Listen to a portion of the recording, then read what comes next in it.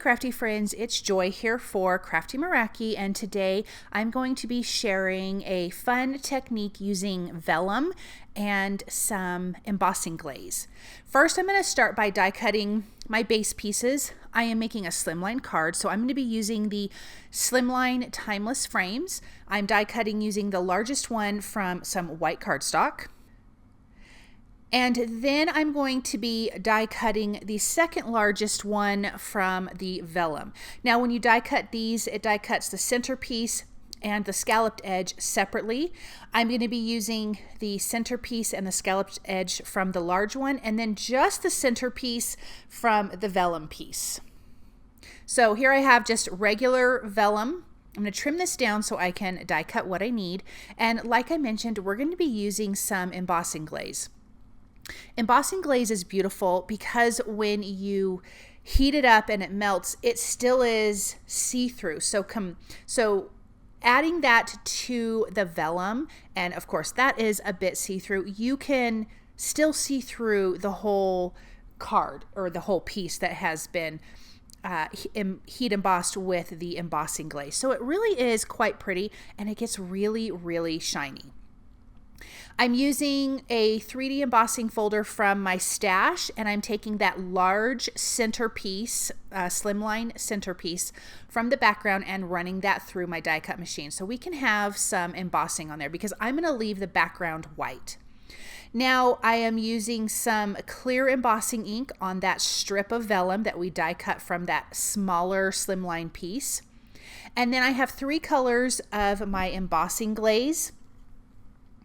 I'm actually going to start at the top with broken china, and then in the middle will be salvaged patina, and then cracked pistachio. So I'm just going to sprinkle a little bit of this on, tap the excess off, and then I'm going to heat this up with my heat gun. I do have my heat gun on already. It's getting nice and hot.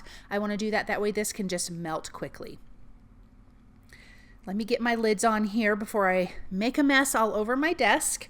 And then I'm just going to heat this up, and you'll see that it melts, and it just is so shiny. But look how you can still see my work surface through this. I love that it's still see-through, because if you're using regular embossing powder, you wouldn't be able to see through it. So I just think this is really fun, really a fun way to add some color to your background. I am also going to be using the Butterfly Bliss EAP and coordinating dies. I already have some die cut from other projects. I'm going to die cut this one here. I think I'm going to use 1 or 2 butterflies, or just 1 butterfly from this, but I do keep these in the package with my die cut so I can use them in the future on other projects, excuse me. So now I have all of those die cut. I'm also going to be using sentiments that I've already die cut from the Gilded Expressions shimmer paper, and I foiled them with some gold foil from a previous project, and I used the coordinating die to die cut those out. So I'm going to pick my sentiment, but you can see I have some that are just in the black, and then some that are heated up with gold foil. So I'm going to use the gold foil, and this says Sending Smiles. What I like to do when I'm using vellum is adhere all of my things that I want on the vellum. I'm going to adhere that first, because of course with vellum, being that it's see-through, you need to then be able to hide your adhesive using, hiding it before you adhere it to your white background. I'm using foam adhesive strips. I want all of my butterflies to be popped up and have some dimension. So I'm going to add just a little bit of that, have it adhered to that vellum. I like these all kind of tucked around that sentiment. I do like my sentiments tucked in and cozy with the other images around it. I think that I think it looks really nice. So that's what I'm going for here. Then I'm going to add some foam adhesive around the scalloped frame here. Just 1 layer. I do want this to also have some dimension. So I am just removing the backing paper to this adhesive strip, and then I can bend it around the edges. Then I'm going to adhere this down to my slimline card, or my cart base, excuse me, and that is 8.5 by 3.5.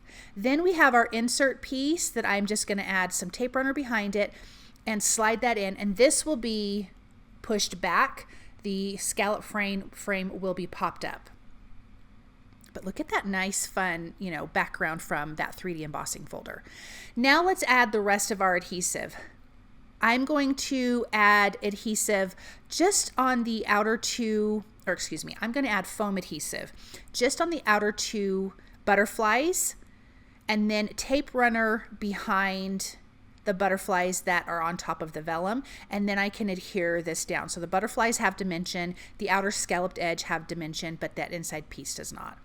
I want to finish this off with some turquoise opals, and then we can take a look at this up close. What I love is that even through that embossed vellum, you can see the texture from that 3D embossing folder on the card, and I think that that is just really, really pretty. That's one of the things I love about vellum, is that you still can see behind it. Thank you guys so very much for stopping by and watching. I hope that you enjoyed this project, and I hope you guys have a wonderful day.